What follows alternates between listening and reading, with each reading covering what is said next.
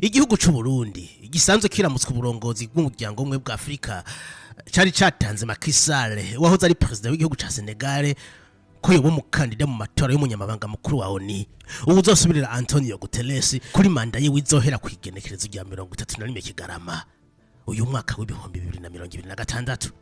Ibihugu byinshi bya Afrika bishika 200 byaraye vyerekanye ko bidashigikiye kandidatire ya Macky Sall. Uyu mugabo yatwaye igihugu ca Senegal imyaka ishika kuri 12 yagirije guhotera abo batavuga rumwe nawe igihe ashaka kwitoza kuri manda igira gatatu itari yemewe n'amategeko, ariko arahava aragondozwa atangaza ko atazitoza muri aya matora yarategekanije mu mwaka w'ibihumbi 2024. None uyu mugabo yarashigikiwe n'u Burundi busanze butwara umuryango umwe bwa Afrika, ibindi bihugu mbere harimo n'igihugu ciwe ca Senegal byo byamuhoye iki. Nijyari mu byukuri Afrika izungu umwe bwa nyabwo ikagira ijwi rimwe muri politiki yo guhangana n'iyindi migabane.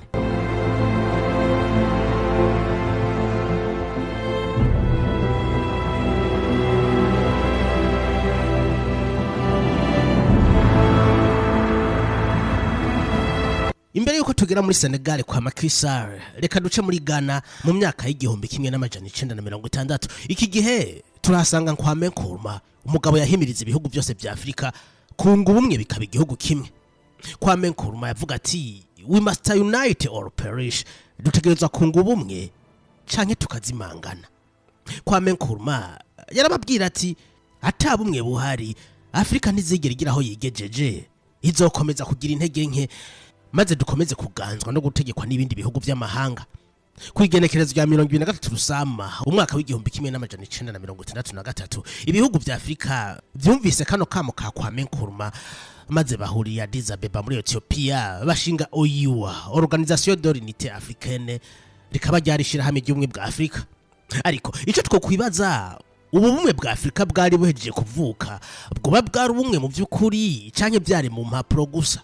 Kugira tubitahure reka dusubire inyuma gato mu kwezi kwa mbere ku mwaka w'igihumbi kimwe n'amajana 1961 i Casablanca muri Maroc ahabereye inama yo kwiga ukuntu hoba humwe bwa Afrika. Muri iyo nama ibihugu byemeje ko Afrika yoba igihugu kimwe, igihugu gifite politiki imwe, ariko inyuma y'amezi 4 ibihugu byongeye guteranira i Monrovia muri Sierra Leone, maze naho havuka ikindi ciyumviro gitandukanye na kimwe cavukira i Casablanca. Ibihugu bimwe harimo Nigeria, Senegal, Ethiopia n'ibindi byemeye ko hoba humwe bwa Afrika, ariko igihugu cyose kikaguma cigenga. Ibi Kwame Nkrumah ntigeze abishigikira, ari naho yakomeza kubabwira ati we must unite or perish.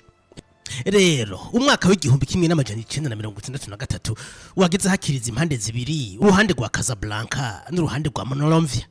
Uyu muryango w'umwe bwa Afrika waruhejeje kuvukira Addis Abeba wahavuye uhengamira ku ruhande rwa Monrovia kubera ko ibihugu byagumye bitatanye maze bwa bumwe buguma bwibereye mu mpapuro gusa. Ibi byashimishije abahoze bafukamye mu nda Afrika kubera ko nubwo bino bihugu byari byaronse independence ntivyigeze byigenga mu by'ukuri, kuko byagumye bibeshejweho n'imfashanyo zivuye muri ibi bihugu by'amahanga, maze ubucakara mu isura nshasha neocolonialism na imperialism bifata ikibanza kinini kuri uyu mugabane wacu wa Afrika.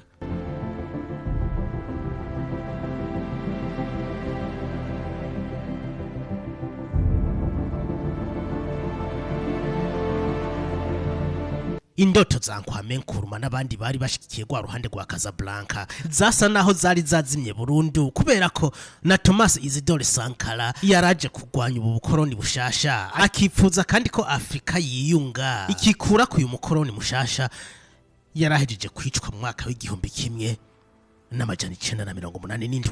Ariko hari hakiri ikindi cizere kubera ko mu buraruko bw'umugabane wa Afrika hafi y'ibahari ya Mediterane hari undi mugabo nawe yaje ashigikira ubwiyunge bwa Afrika, mbere we yiyemeza kubaka leta zunze ubumwe za Afrika bitarenze mu mwaka w'ibihumbi 2025.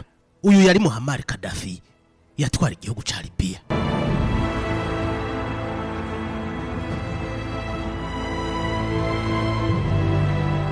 Mu mwaka w'igihumbi kimwe n'amajana 1999 mu nama yabereye muhiriwe mu gisagara ca Sirte, Gaddafi yeretse ibihugu byose vya Afrika byari byitavye iyo nama ko bategereza kuva muri Organisation de l'Unité Africaine bwa bumwe bwo mu mpapuro bwari bwavukiye Addis Abeba mu mwaka w'igihumbi kimwe n'amajana 1963 ahubwo bakuba ku bumwe nyabwo bwa Afrika aho Afrika izoba ifise guverinoma imwe iyi guverinoma ikazobikoresha ifaranga rimwe ikagira igisirikare kimwe kandi ikagira passport imwe aho umunyafrika azivira Cape Town agashika Cairo akavya Addis Abeba akishikira Dakar atavuza canke icangombwa na kimwe arinze gusabwa. Gaddafi yari seriye ibi yavuga ntivyari mu majambo gusa yari yarabitse amatoni 143 y'inzahabu zari kwifashishwa mu gukorera ifaranga rimwe rya Afrika ifaranga ryari kwitwa dinar rifatiye ku nzahabu nkuko nabibabwiye mu zindi video. Ibi nivyo vyahavuye bishavuza abanyamerika n'abafaransa maze biyemeza guhagarika iyi projet yo kunga Afrika. Gaddafi yatangiye gutegwa havuga ikirobere kigwanya ubutegetsi bwiwe gushika mu mwaka w'ibihumbi 2011 aho yicwa nabi maze wa mugambi wa Leta Zunze Ubumwe za Afrika uburapfuye. Ico bya bihugu vya Buraya na Amerika bashaka vyarashobotse. Afrika yagumye itatanye inzego ziba febre ubutunzi bukomeza kuja mu kaga maze Afrika ikomeza gutega amashi ku mfashanyo zitangwa n'ibi bihugu. Ahindi imigabane ikomeza gutera imbere Afrika yo yisubira inyuma. Henshi muri ibi bihugu abanyafrika babayeho mu bukene bugoye gutahura muri kino kinjana ca 2021 nkuko muhinga mu by'amategeko mu gihugu ca Kenya Patrick Locke Otieno Lumumba bivuga ati naco tutagerageje kuganirako kuva mu mwaka w'igihumbi kimwe n'amajana 1960 kugeza iki gihe turacahurira mu manama yo guteza imbere Afrika ariko nta na kimwe kivamo. Atariko rimwe na rimwe kudatera imbere kwa Afrika nibiva ku bihugu by'amahanga ahubwo hari nibiva kuri twebwe nyene. Ati benshi mu bihugu byinshi bya Afrika nta demokrasi habarizwa ahubwo hari kakistokrasi aho abanyagihugu usanga batwawe n'abategetsi babi abategetsi udashobora gutahura. In terms of the airspace, we agreed in Yamoussoukro in la Côte d'Ivoire. Nacho tutagerageje kuganirako Yamoussoukro muri Côte d'Ivoire mu mwaka w'igihumbi kimwe n'amajana 1988 twagiye hamwe twumvikana guteza imbere bijanye n'ingendo z'indege mu kirere ca Afrika. Yabuja mu mwaka w'ibihumbi 2001 twarongeye turakorana twumvikana gushirana imiburi bice 15 bya budget y'ibihugu vyacu mu gisata c'ubuvuzi. Twongeye duhurira i Malabo muri Guinea Equatoriale mu mwaka w'ibihumbi 2014 tuvugana ko tugiye gushimikira ku vy'uburimyi. Ni mu gihe kandi twari twahuriye i Maputo mu mwaka w'ibihumbi 2013 twumvikana ko abakenyezi bagiye kugira ikibanza gikomeye muri Afrika. Nitwahagarikiye ngaho twongeye duhurira i Kigali mu mwaka w'ibihumbi 2018 twumvikana ko tugiye gukuraho visa ku mugabane wacu wa Afrika.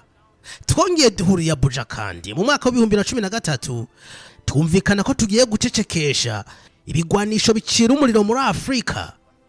Twongera kandi tubigarukako mu mwaka w'ibihumbi 2000 ariko gushika n'ubu imbunda ziracavuza ubuhuha kuri uyu mugabane wacu. Silence the guns in 2013 we did not.